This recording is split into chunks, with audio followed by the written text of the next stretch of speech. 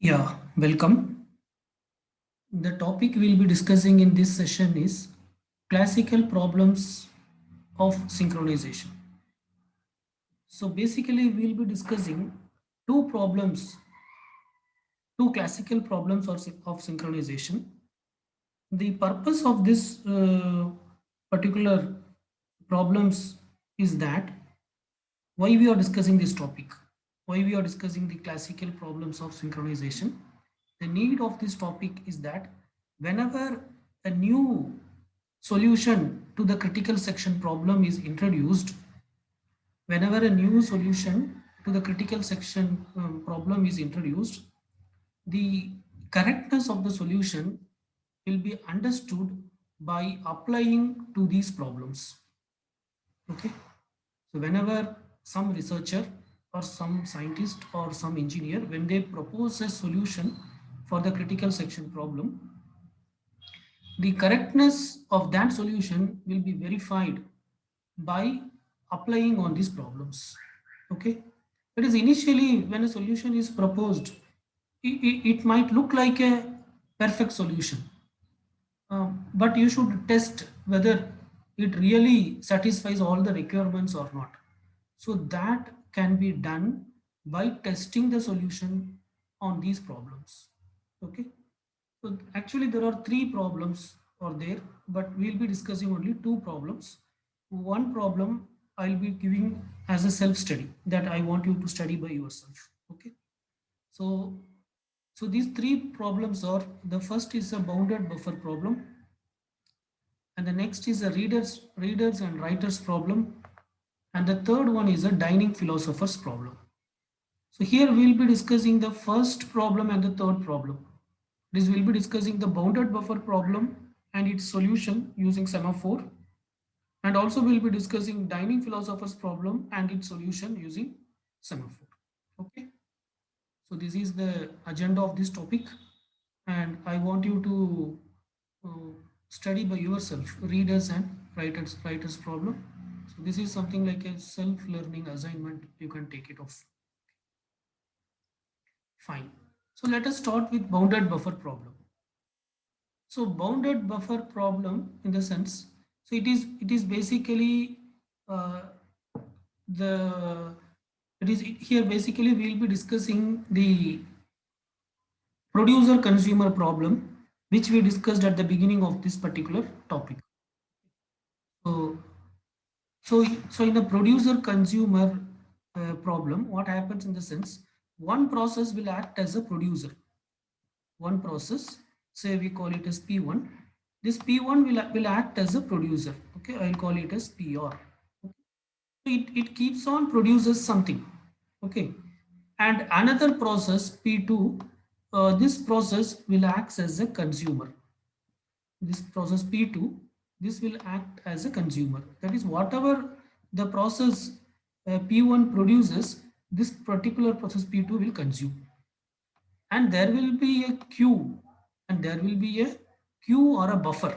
Okay, this buffer which is basically a queue of memory location. Okay, so there will be a buffer with certain limited capacity, and this buffer will be shared by both the process. So this is basically a shared buffer. This is a shared buffer which is shared between both the process P1 and P2, or producer and the consumer. Okay. So let us assume this buffer size is, for simplicity's sake, let us assume the buffer size is 3.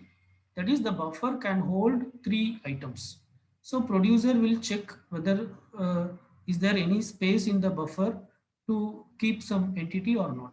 Yes, there is a space. So it will produce one item and it will keep it here. Okay. So let us call it as item 1. Okay. Then what happens? Then again, say if it wants to produce another item, then it checks, is there empty space? Yes, still there are 2 empty spaces. Then it will keep another item here, item 2. Okay. Meanwhile, consumer may check, is there anything in the buffer to consume? Yes, there are 2 items in the buffer to consume. So whatever the first item, it will take and consume. So it means that this location has now become empty. It means that this location has now become empty. Okay. So again producer checks whether there is any free space. Yes, there is a free space. So it may produce another item here. Okay. And again the producer checks is there any other free space. Yes. So it may produce another item here. Now the producer checks is there any space in the buffer? No, no space. So producer will wait.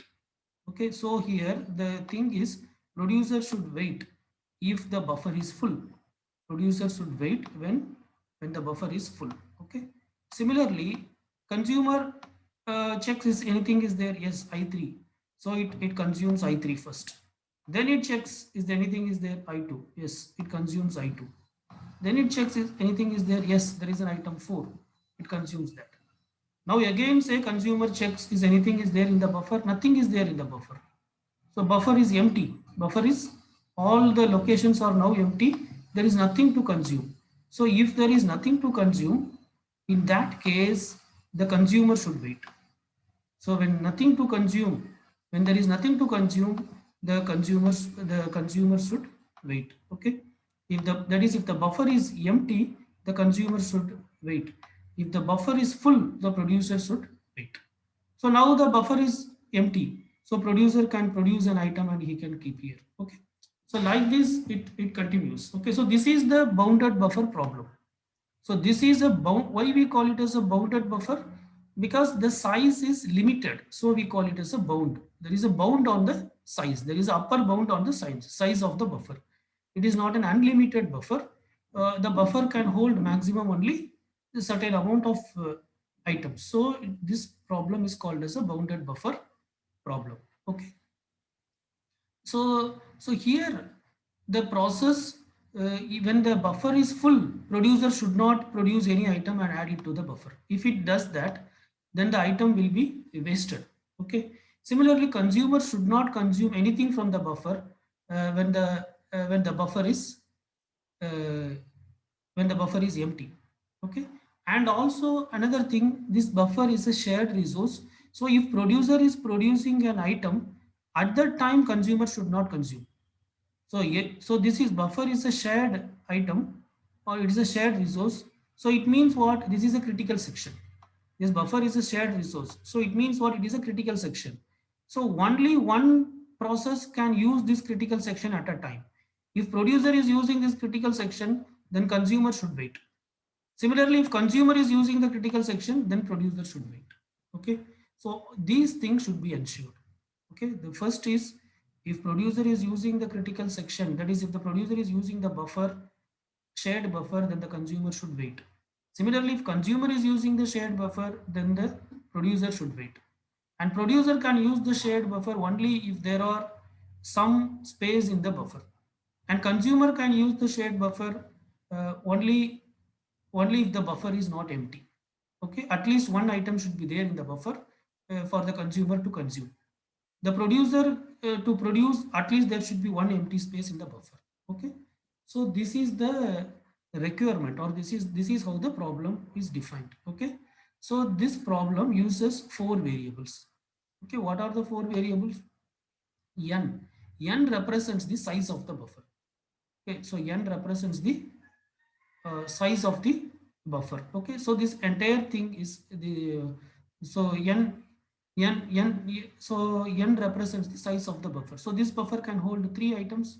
Similarly, n may be 50 or 100 or whatever it may be. Okay, and there is a variable mutex of type semaphore. Okay, so previously we discussed mutex is a lock. Okay, mutex is a software based lock, but here we are discussing mutex as a variable of type semaphore, and it is initialized to 1. Why it is initialized to 1?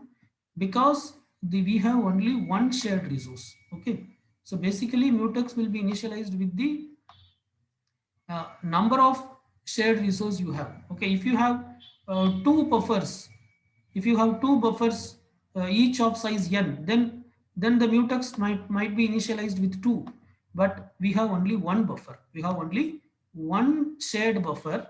And if this shared buffer is used by the producer, then it should not be used by the consumer, and if it is being used by the consumer, it should not be used by the producer. So semaphore variable mutex is initialized with 1. This 1 represents how many buffers you have. We have only one buffer, so it is initialized with 1. Okay.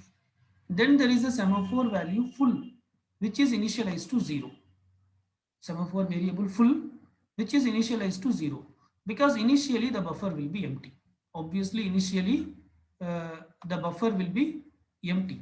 Empty means what? Empty means what? Empty means what? In another term, what we can say empty? Empty means there is no locations are filled. Okay, no locations are filled. So full is 0. Nothing is filled. Nothing is filled. So full is 0. Okay, and there is another semaphore empty, and there is another semaphore empty which is initialized to n, which means that all locations are empty. Which means that all locations are empty. Okay, so these are the variables it uses. N represents the size of the buffer, and mutex, it represents the number of buffer, and full represents how many locations are full.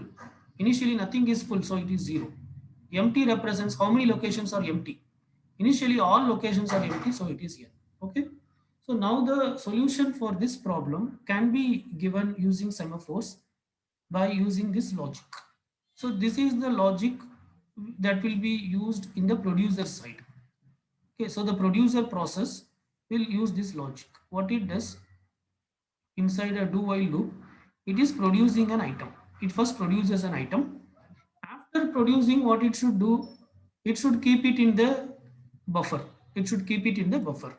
But before keeping it in the buffer, before keeping it in the buffer, it cannot just like that keep it in the buffer, because buffer is a critical section, because it is a shared resource.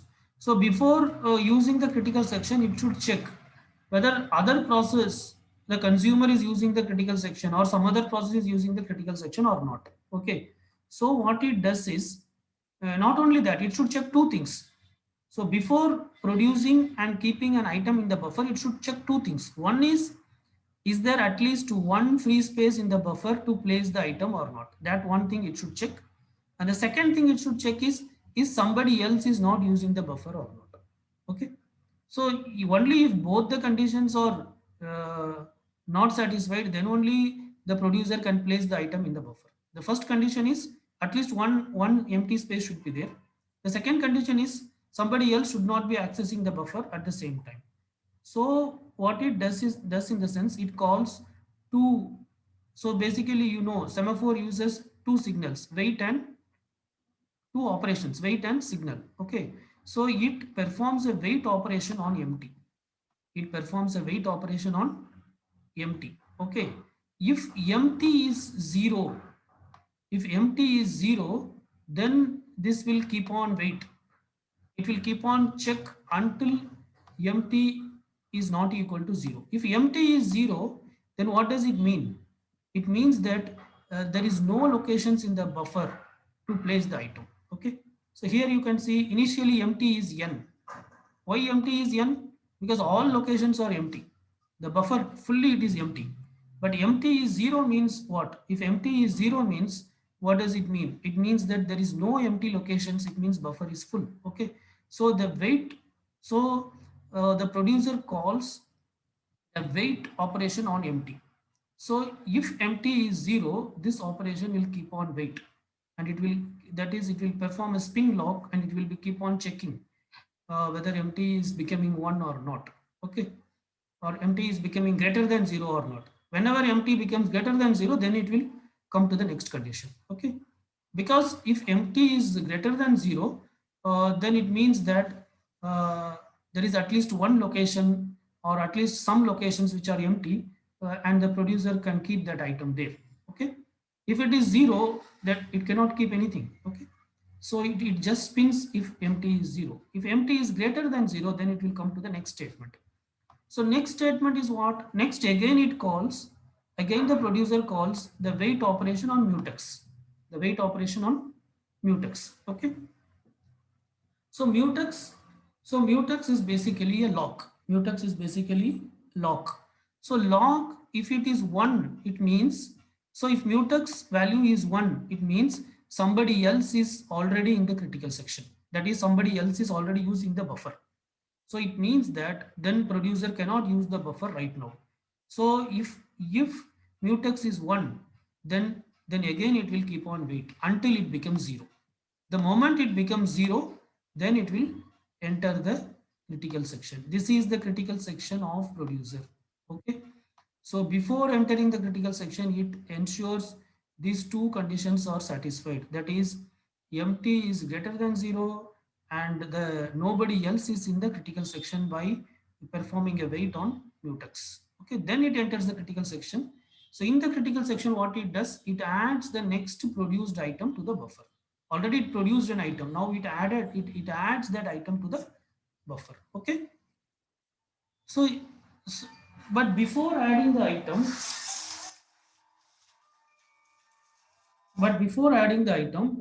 what it will do? But before adding the item, it will what see initially it checks whether mutex is 1 or not. As long as it is 1, it keeps waiting. The moment it becomes 0, it enters. But immediately after coming in, first what it will do in the sense, it will make mutex equal to 1. It will make mutex equal to 1 because now this producer is in the critical section. Now producer is in the critical section. Okay, so it should make mutex to 1. Okay, so so so why I am saying this in the sense, because after completing the critical section, immediately what the producer is doing in the sense, producer is signaling mutex. Producer is performing a signal operation on mutex. When it performs a signal operation on mutex, then mutex will become 0 because now this process is coming out of the critical section. So it means that if somebody else want to enter the critical section, they can enter, or if consumer wants to enter the critical section and access the shared resource buffer, it can access. Okay, and then it performs a signal operation on full. Full means full may not be n, but full will be, at least full will be greater than 0 because producer has now added one item. So at least there is one item, at least there is one item to consume. So producer is calling, producer is performing signal operation on full. Okay, so this is the code for producer, which ensures that the critical section or the shared buffer can be accessed uh, with synchronization and without any problems like race condition. Okay, so this is the code for producer. Similarly, let us see the code for the consumer. Okay, so here you can see consumer code. So the quite similar, but consumer first it is performing a wait operation on full, a wait operation on full. So initially, if you see, initially if you see, full is 0, full is equal to 0, which means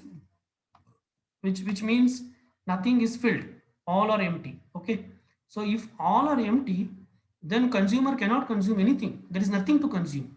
So this, so consumer first performs a wait operation on full.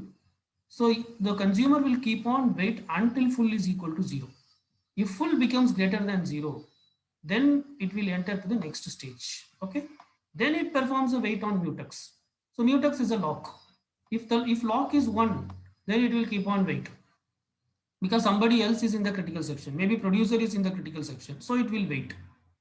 And the moment the mutex, the lock becomes 0, then the consumer will enter the critical section. Once consumer enters critical section, again mutex lock will become 1. Okay, then consumer will consume one item from the buffer by removing an item from the buffer. It will remove one item and then it will consume.